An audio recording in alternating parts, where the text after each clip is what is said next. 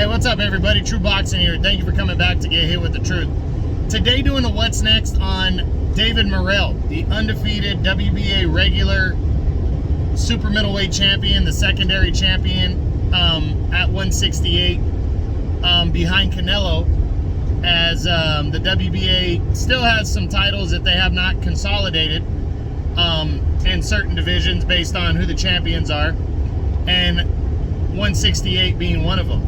Morrell, though, really, he returned on June 4th on a Showtime undercard and dominated Calvin Henderson, stopping him in, I believe, 5 or 6 rounds to retain his secondary championship. And now, you know, the big question is, what's next for David Morrell? Well, we're going to run through the top 10 and see, but, you know, he's really called out everybody, especially David Benavidez, and we'll get to him. But let's run through the top 10 and see what potentially could be next for Morrell. We start with number 1, the undisputed super middleweight champion of the world, Canelo Alvarez. Not going to happen next. The WBA seems keen on keeping Canelo as their world champ at 168. They are in no rush to order a fight with Morrell, which wouldn't make any sense right now. It's not a big fight. Morrell's not well known, and Canelo would not likely take the fight right now. Canelo's also fighting Triple G next. So you're not going to see Morrell and Canelo fighting for, you know, anything next. Not going to happen. Number 2, the WBC interim champion, the former 2-time super middleweight champ, the undefeated David Benavidez.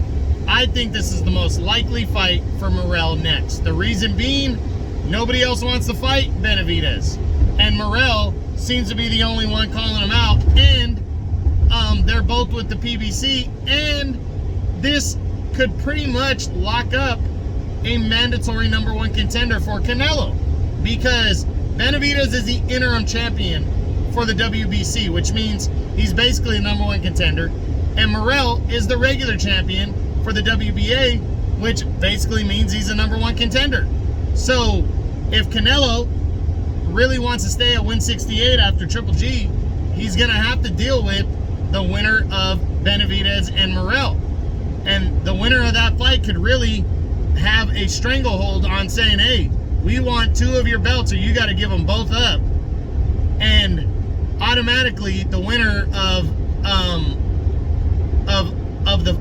a potential Benavidez-Morrell fight would be upgraded. They wouldn't even have to beat anybody else because they would have already fought each other and holding both those interim and regular belts, and they would be promoted to a unified champion right out the gate if Canelo decides he's moving to 175 after a Triple G fight. So this is a huge matchup between 2 guys that nobody wants to fight, and they could fight each other, and the winner is sitting pretty with huge leverage to land big fights after a potential Canelo move up to 175 for a rematch with Dimitri Bivol.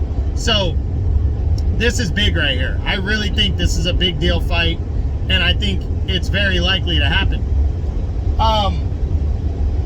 You know, you got Daniel Jacobs. Not likely. Jacobs coming off that loss to John Ryder. He's not going to risk himself and go in there against a guy like Morrell next. I doubt it.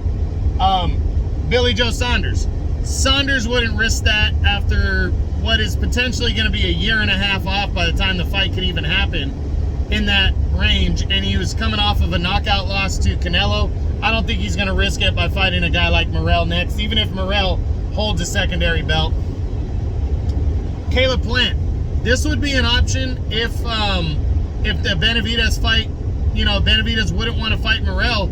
I think a Caleb Plant fight would be an option. They're both with the PBC, and Plant is, excuse me, I believe he's the number 2 or number 3 contender in the WBA, so it might make sense. Actually, he's number 2 there, but I don't think Caleb Plant wants to fight Morrell. I think he's going to go the Anthony Durrell route, so I don't think he wants anything to do with Morrell next, but hey, maybe. And again, it's a easily made fight. Then you got Gabriel Rosado has dropped out of my top 10 with his loss earlier in the year.